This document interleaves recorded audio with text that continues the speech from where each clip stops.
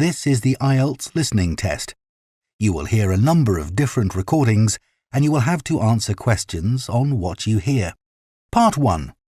You will hear a conversation between a staff member from Gaia's Guardians and a man who wants to do something to protect the environment. First, you have some time to look at questions 1 to 5.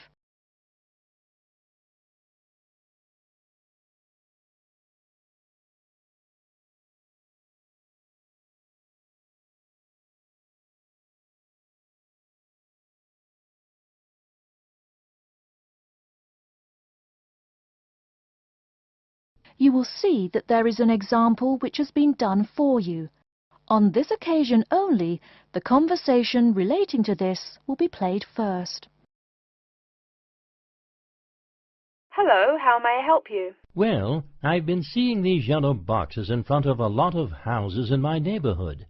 Just wondered what they were for. I noticed your phone number on all of them, so I called. Could you tell me about your business? We do recycling, but we're not a business. Gaia's Guardians is a non-profit group. We encourage recycling as a way of protecting the environment. The woman says that they encourage recycling as a way of protecting the environment. So, recycling has been written in the space. Now we shall begin. You should answer the questions as you listen, because you will not hear the recording a second time. Listen carefully and answer questions 1 to 5. Hello, how may I help you? Well, I've been seeing these yellow boxes in front of a lot of houses in my neighborhood. Just wondered what they were for. I noticed your phone number on all of them, so I called. Could you tell me about your business? We do recycling, but we're not a business. Gaia's Guardians is a non-profit group. We encourage recycling as a way of protecting the environment. I don't know. I mean, it is a good idea, but I really don't read the newspaper every day or anything. And we don't come collect newspapers every day. In fact, we only do pickups every other week. Oh, well, then maybe I could help. I mean, in my neighborhood there's too much rubbish lying around everywhere. I'd like to help out, I guess. That's great, sir. You're doing the right thing. Okay, I need to get your contact information. What's your name, please? Peter Wisrow. Peter, how do you spell your last name? W-I-S-R-O-W? No, actually, it's W-I-S-R-O-U-G-H. Oh, I'm sorry. I'm a terrible speller. You're a good speller. It's just that my family are terrible pronouncers. You're quite a card, Peter. Okay, now what's your address? Number 168 Bridge Road. That's here in London. How about if I have any questions? I'm sending you a copy of our booklet too. The booklet has our phone number and our email address, helpline@blackcat.com. That's HELPLINE at BLACKCAT.com. But I nearly forgot to ask, what's your postcode? BS97PU. PS97BU? No, that's B as in boy, S97P as in Peter, U. Before you hear the rest of the conversation, you have some time to look at questions 6 to 10.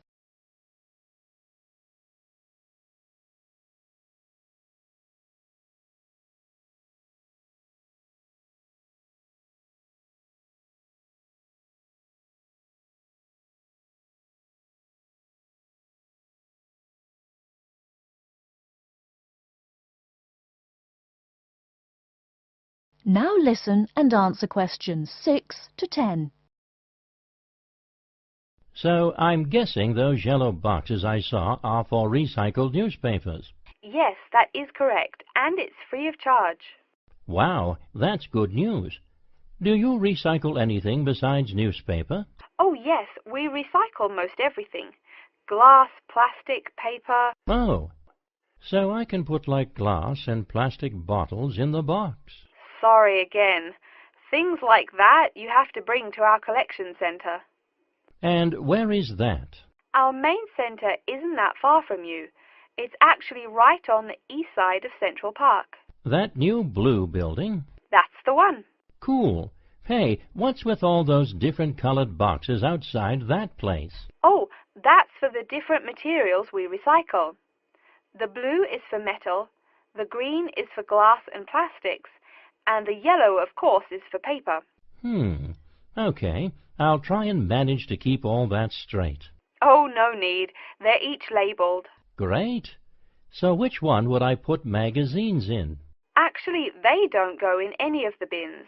Unfortunately, magazines can't be recycled because of the material they're made of. It's such a waste. So, would you be interested in volunteering? I'll think about it. Could you send me some more info? Absolutely. Along with the newspaper box, I'll be sending you our booklet, Savvy. That is SAVVY. It tells you about what you can do to protect the environment in your daily life. Plus, it lists things you can do as a volunteer with our group.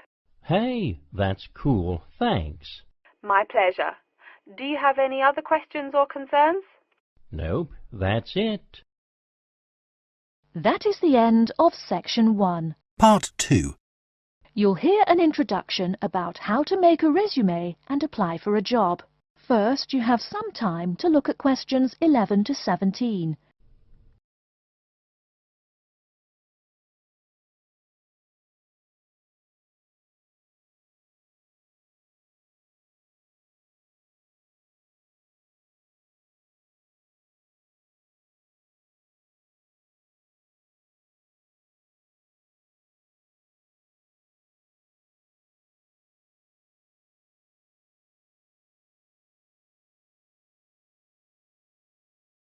Now, listen carefully and answer questions 11 to 17. Welcome everyone to today's seminar on CV and interview skills. Remember, your CV is probably the most important document you will ever write. It opens the door to your career, and that job interview is probably the most important meeting you will ever attend. It's like stepping through that open door. So let's roll up our sleeves and get down to work, shall we?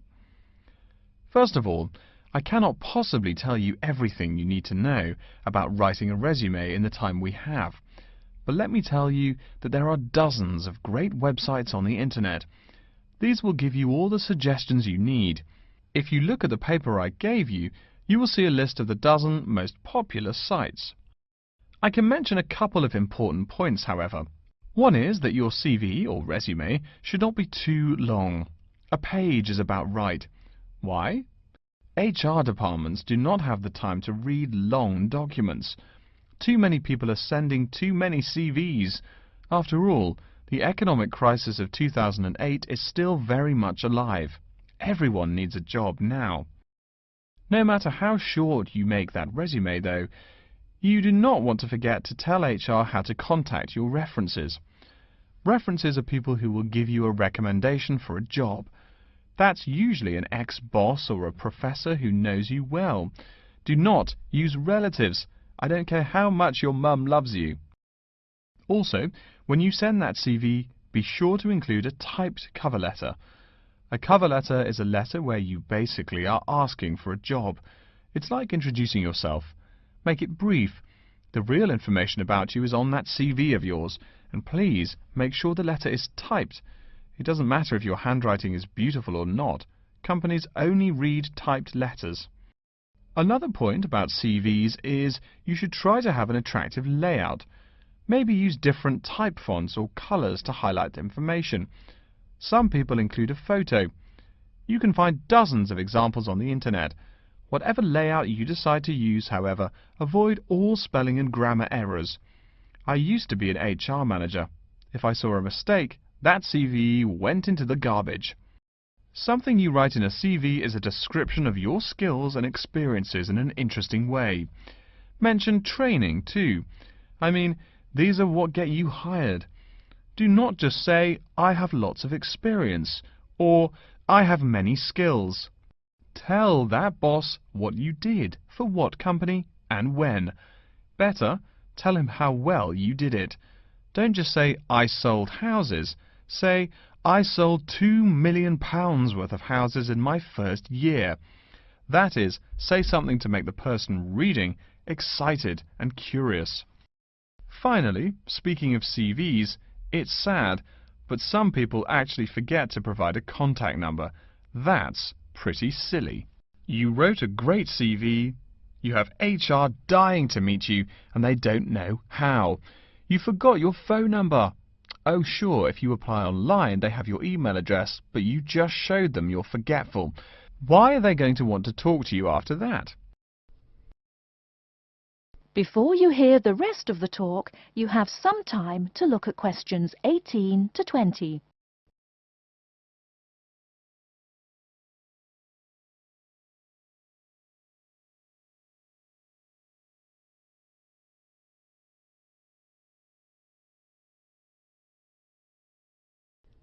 Now listen and answer questions 18 to 20. Alright, moving on to the actual interview. I'll go over what you need to know by the end of it, and what you can discuss and negotiate on later once it looks like you'll be offered the job. First, there's working hours. It's not that necessary to hammer out the hours off the bat, especially since it's easy to come off as lazy when the first thing you bring up is how much you're going to have to work. You can also find out more about possible promotions later on. It is important, however, to get a feel for how much you'll be paid.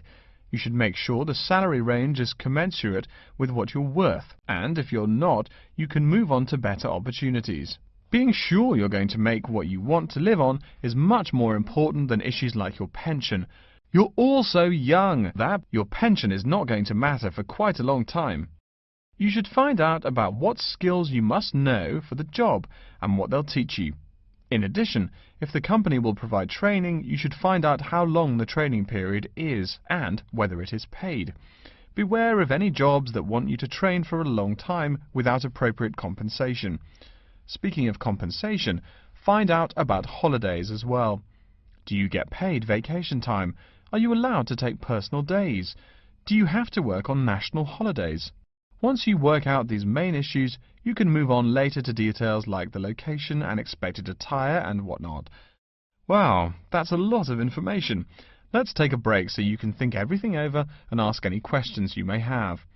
Don't hesitate to come and see me if you need any clarification on all this stuff. That is the end of section 2. Part 3. You will hear a man called Frank talking to Dr. Lindsay about what he should study if and when he returns for further classes. First, you have some time to look at questions 21 to 25.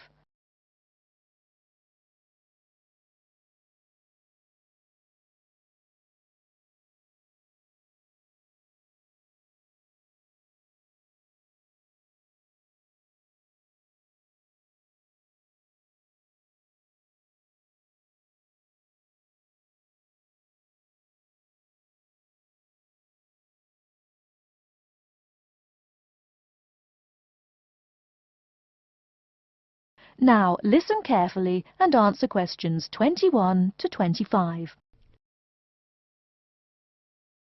Hello, are you Dr. Lindsay, the returning student's advisor? Yes, that's right. Are you Frank? Your appointment wasn't until 2, but that's okay. Please come in and have a seat. Thanks. I like to arrive early whenever I have anything to do. That's certainly a praiseworthy habit.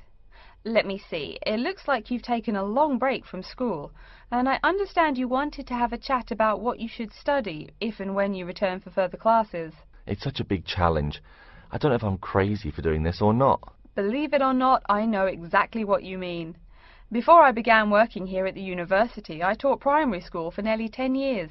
It takes a lot of courage to go back to school. I feel more shy and scared than the primary students I teach. In the schools I taught, I found today's youngsters are very sure of themselves. In terms of intelligence, I have a lot to teach them, and the maturity level of much of my class leaves something to be desired. But in terms of confidence, wow, a lot more confident than I am now, that's for sure. Stop fretting. A brave man is a coward who refuses to run. Let's talk about your strong points. You seem an intelligent man. What is it you would like to study? You see, I've been teaching children for a few years, but I think I'm happier teaching adults. I think teaching students in middle school is much more satisfying because they end up being much more grateful for your work. If I may ask, what got you interested in teaching adults? A lot of things, I guess. I met my future wife back in my first year of college. She always complains that I was more interesting then. She says that now I talk like I'm 7 years old. That's probably from being with children all day. Again, I know just what you mean. My husband used to say the same thing about me when I taught kindergarten. Anything else? Well, yes. Fairly often now I run into former students and we talk. Some of them are getting close to being grown up. I guess I think more and more about how people develop over time. So I'm interested in the results of education, you know, the final stages. I see. Well, coming back to the university can be both difficult and very rewarding. There are some problems unique to returning students, you know, older students like yourself. What do you think is your greatest weakness? Well, I actually think my confidence is getting better. I'm definitely overcoming my introversion and starting to be much more comfortable in front of a class. To tell you the truth, I'm afraid I'm rather behind the times about many things. It's more difficult for me to chase after the popular things youngsters are fond of, such as iPhone, Twitter, if you name it. I think I understand. Before you hear the rest of the talk, you have some time to look at questions 26 to 30.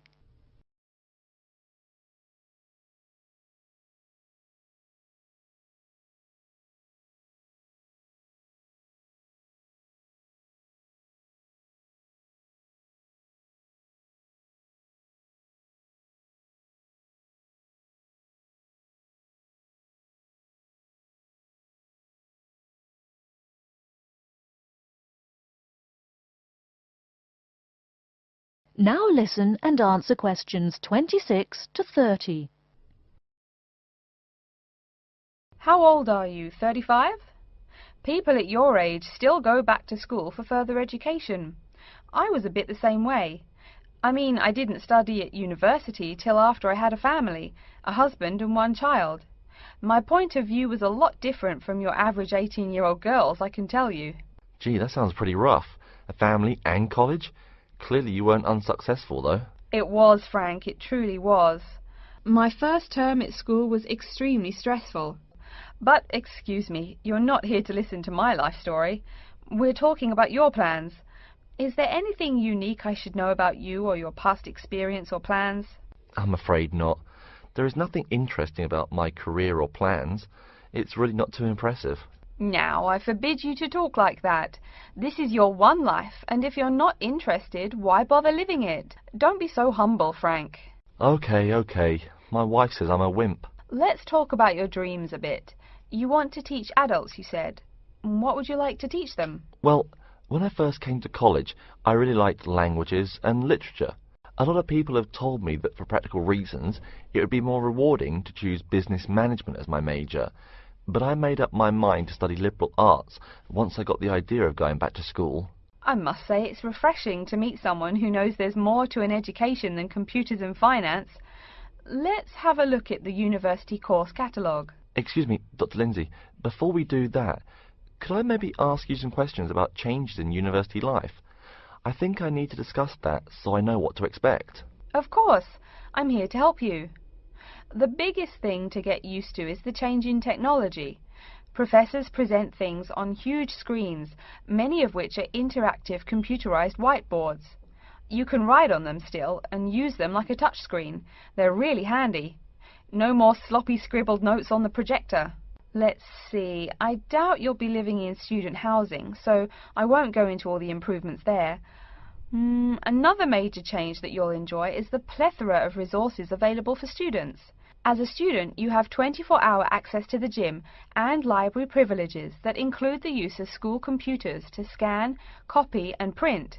And of course the media library, which contains movies from all genres and most of the movies listed on AFI's top 100 movies of all time. The dining facilities are also not what they used to be.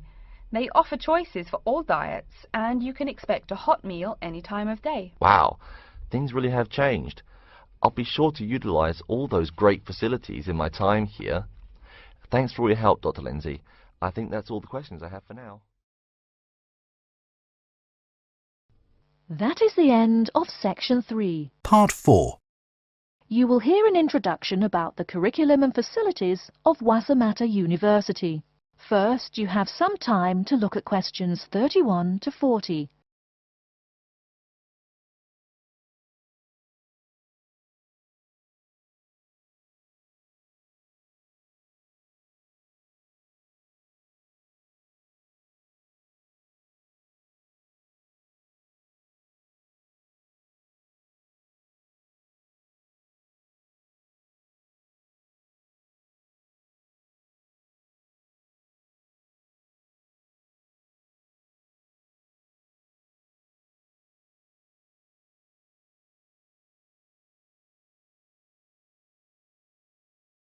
Now, listen carefully and answer questions 31 to 40.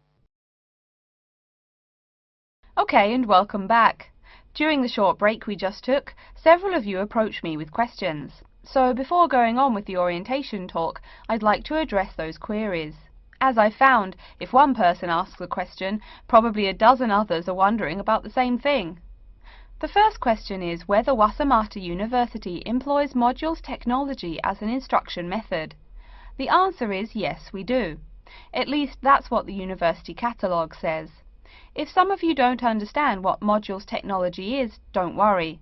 I googled the word but couldn't find it. Apparently though, it's a method of broadband wireless access. At least that's what an American company's website told me. But again, don't worry. If you need to know something more, your professor can tell you. Another question someone asked me was what tomorrow's workshop on research methods and skills was about. Well, research skills include any method you can imagine for finding and presenting any information you need. That's not just schoolwork either. Writing English, the native language for most of you, and finding a job are also research skills. And yes, those will be addressed in tomorrow's workshop. As you know, IELTS University is one of this country's premier universities for the study of the dismal science, economics. Some of you, it seems, want to get a jump on their classmates. During the break, half a dozen of you came up and asked me where to find economics tomes. I know it's odd, but this school's library holdings are divided up between two libraries. Economics books are in the old library. If you look out of the window behind me, you can see it. It's the red brick building. Oh, before I forget, you economics types also need a lot of math, am I right? Well, those math books are neither in the old library nor in the new one. They can be found in the math department building. Why am I telling you this? Doesn't the invisible hand guide economists? Maybe it's good you asked. In 2008, that hand shoved most of the world economy off a cliff, didn't it? Now, I realize that most of you couldn't bring a computer printer or a photocopier from home. So I'm sure you're already wondering where you can copy things like term papers, internet articles, and things like that. I have some good news and some bad news. The good news is that there are a number of places you can make copies. These include both libraries and the Student Union building. Now the bad news. I'm sorry to say, most classroom buildings and academic departments do not have copiers students can use. So most of the large buildings you see around campus do not have copiers for students. The copiers there are reserved for professors and office staff. Oh yes, I nearly forgot to tell you. If you need to have printing done, all the copiers available to students are laser printers. Plus, for your convenience, you can pay using prepaid cards. You can get those in the Student Union building. That just covers the questions put to me. If you have more, please see me during the next break at 2:15. Right now, though, I'd like to start to give you a rundown on the various facilities here on campus. That way you won't get lost so easily in the weeks to come. I've been told that this year's incoming class features a large number of married students and parents. So you must be wondering where to put the baby while you're in class. Okay, right now we're in the Student Union building, right? Remember the big doors in front where you all came in? If you go out of the building, you can see the nursery is just on the other side of this building. It's only about 20 meters away. Convenient, eh? Next, we're all from different places around the country. Some of you are from other countries. That means we're pretty likely to get sick during the first months of school as we expose each other to many new viruses. So where's the doctor? Of course, you need to find the Medical Services Centre, which is on the right as you leave the building. Remember, that's the second building on the right. And if you look out of that window, you can see a lot of antenna and satellite dishes on the roof. So that's what we call the Media Centre.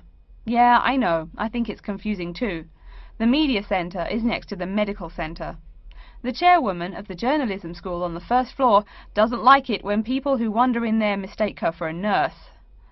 Chances are you'll have at least one math class while you're here. That red building there, just outside to the left, is the math department building. I know, it looks about as old as the subject of math, but I assure you that the inside is equipped with state-of-the-art classroom equipment, including interactive chalkboards and surround sound in every room. Oh, can you see the back building there? Yes, behind the Media Centre. Quite new, isn't it? That's the new library, just decorated. They're back to back, you might say. If you look just to the left of it at the lower, older-looking building, you'll find the old library. It's nice and quiet, perfect for those marathon study sessions during exam week. Since the weather is so nice, why don't we stop looking at our maps, but go for a walk around the campus? That is the end of section 4.